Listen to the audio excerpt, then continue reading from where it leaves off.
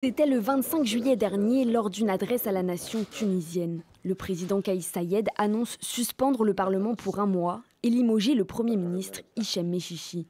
Beaucoup crient au coup d'État, mais au palais de Carthage, la décision est assumée.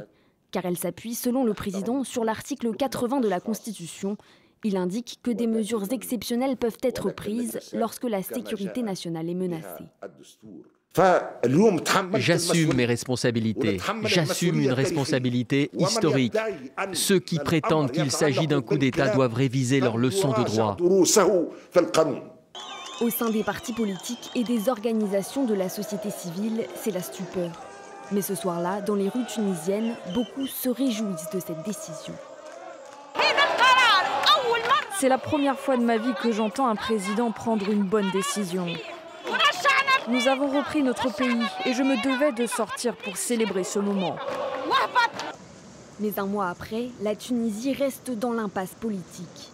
La présidence n'a toujours pas nommé de nouveau gouvernement ni dévoilé sa feuille de route. Kais Saied a en revanche entrepris une purge anticorruption.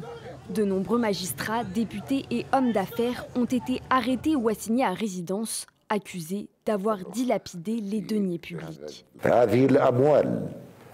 Cet argent caché par ces personnes, et j'ai une liste de noms, doit revenir au peuple tunisien.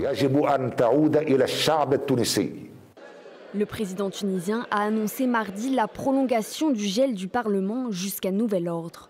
Kais Saied s'adressera dans les prochains jours aux Tunisiens, alors que le pays reste plongé dans une crise économique et sanitaire.